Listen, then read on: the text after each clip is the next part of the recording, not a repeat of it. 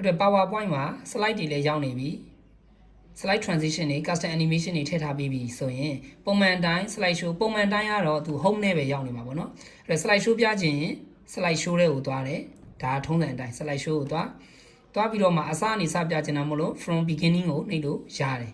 keyboard ကနေ F5 နှိပ်လို့လည်းရတယ်ပေါ့ဟုတ်ပြီအဲ့အတွက်ကျွန်တော်ကရိုးရိုး slide show ပြခြင်းတာမဟုတ်ပဲ record လုပ်ချင်တာမဟုတ်လို့ဒီ slide show ထဲမှာ record ပါတယ်ဆိုရင်လည်းဒီ record ရဲ့မြားလေးကိုနှိပ်ပြီးတော့ from beginning ဆိုပြီးတော့ပြောလို့ရတယ်ဒါမှမဟုတ်ရင်လည်း slide show ထဲမှာဒီ record ကိုမတွေ့ရင်လည်းဒီ record ထဲမှာရှိတဲ့ record ဆိုတဲ့ tab ထဲကနေမှာ from beginning ကိုလည်းနှိပ်လို့ရတယ်2021လို့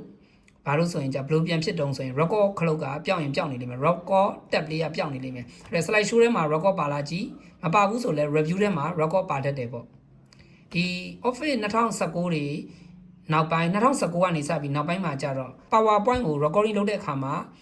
MP4 ထုတ်ရုံနဲ့မဟုတ်ဘဲနဲ့ကိုယ့်မျက်နှာပါထည့်လို့ရတဲ့ function ပါတယ်ကိုယ့်ရဲ့ webcam ကတော့ပါဖို့လိုတာပေါ့ desktop မှာဆိုရင်လည်း webcam တက်ထားဖို့လိုတယ် laptop ဆိုရင်တော့ laptop အများစုဆိုရင်တော့ webcam ပါပြီးသားပေါ့အဲ့တော့ပြန်ပြောမယ် record တွေကိုသွားမယ်ကျွန်တော်ကတော့ဒီမှာ from beginning ကိုရွေးမယ်ပေါ့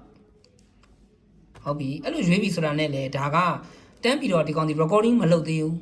ကိုယ့်မျက်နှာလေးပို့အောင်ခဏဆောင်ဖို့လိုတယ်ဒီမှာကင်မရာလေး on ထားဖို့လိုတယ်မိုက်လေးလည်း on ထားဖို့လိုတယ်ချက်စီကတ်တွေဖြစ်နေတစ်ချက်စီနေပြီးတော့ on ပေးပေါ့ဟုတ်ပြီအဲ့ဆိုရင်ကျွန်တော်က recording လေးစလုပ်ချင်ပြီတေးကြပြီကို ready ဖြစ်ပြီဆိုရင်ဒီ record button လေးကိုနှိပ်လိုက်ရုံပဲ start recording ကိုနှိပ်မှသာသူကစပြီးတော့သွင်းမှာ okay အဲ့အတွက်ကျွန်တော် start recording လေးကိုနှိပ်လိုက်မယ်3 2 1ဆိုရင်သွင်းပြီဟုတ်ပြီကျွန်တော်ဒီနေ့ပြောမယ့်အကြောင်းအရာကဘာဖြစ်တယ်ညာဖြစ်တယ်ပေါ့ကျွန်တော်ရဲ့ role number ကတော့ဘလောက်ပေါ့ကိုပြောချင်တဲ့အကြောင်းအရာကဘယ်လိုဆိုပြီးတော့စပြောလို့ရပြီစောစောတုန်းက transition လေးထွက်သွားတယ် transition လေးလောက်သွားတယ်တစ်ချက်နှိပ်လိုက်မယ်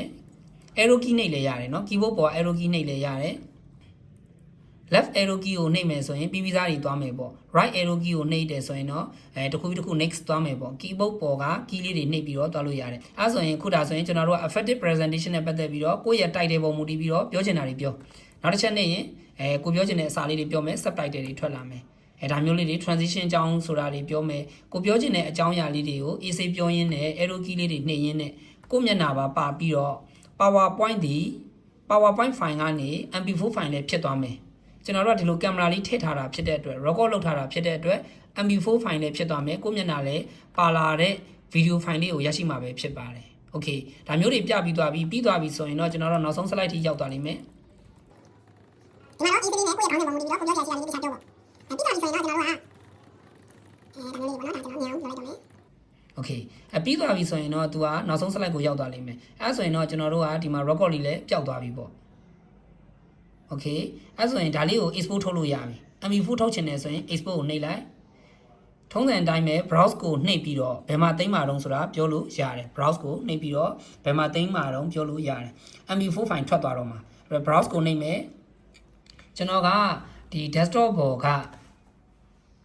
နော်001 ST ထဲမှာသိမ်းလိုက်မယ်ပေါ့နော်001 ST ဆိုတဲ့ folder ကိုကြိုက်တဲ့ folder ထဲမှာသိမ်းလို့ရတယ် desktop ပေါ်မှာတန်းသိမ်းလည်းရတယ်ကျွန်တော်ကတော့001 ST ထဲမှာသိမ်းလိုက်မယ်နာမည်ကိုပေးလိုက်မယ် ALU ပေါ့လေ by ST ပေါ့တေချာတာတော့သူ MP4 ထွက်သွားမှာပေါ့နော် MP4 လေးထွက်သွားမှာပေါ့နော်ဒါကိုကြိုက်တဲ့သိမ်းမဲ့နေရာပေးသိမ်းမဲ့နာမည်ပေးပေါ့ MP4 လေးထွက်သွားမယ် export ကိုနှိပ်လိုက်ရုံပဲဒါဆိုရင်တော့ကျွန်တော်တို့ရဲ့ PowerPoint ကနေ presentation တွေလုပ်ထားတော့ MP4 လေးထွက်သွားမယ် Office အမြင့်ဖြစ်တဲ့အတွက်ကိုယ့်ရဲ့မျက်နှာပါတခါတည်းပါသွားမှာပဲဖြစ်ပါတယ် Office အနှိမ့်နေဆိုရင်တော့2019လိုမျိုးဆိုရင်တော့ကိုယ့်မျက်နှာပါထည့်လို့ရတယ်2016လိုမျိုး Office နဲ့နှိမ့်နေဆိုရင်တော့ recording ဆိုပြီးလုပ်လို့ရတာဖြစ်တဲ့အတွက် MP4 တော့ထွက်သွားလိမ့်မယ်ကိုယ့်မျက်နှာလေးပါမှာတော့မဟုတ်ပါဘူးအဲဆိုရင်ပြီးသွားရင်ကျွန်တော်ဒီ file လေး MP4 ထုတ်ပြီးသွားတာနဲ့ပြန်ပြီးတော့ဖွင့်ပြမယ်ပေါ့အဲဆိုရင် exit လုပ်လိုက်မယ်ပိတ်လိုက်မယ်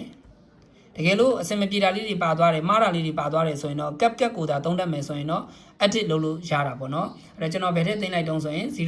001 SD ဆိုတဲ့ folder ထဲမှာသိမ်းထားတယ်ကိုယ့်ရဲ့ folder ထဲကိုသွားပြီးတော့မှကျွန်တော်က ALU by SD ဆိုတဲ့ MP4 လေးပေါ့နော်အဲ့လိုမျိုးလေးလုပ်ထားတယ်အကောင့်ကိုဖွင့်ပြီးတော့ကျွန်တော်တို့ကကြည့်မယ်ဆိုရင် recording MP4 file လေးကိုရရှိမှာပဲဖြစ်ပါတယ်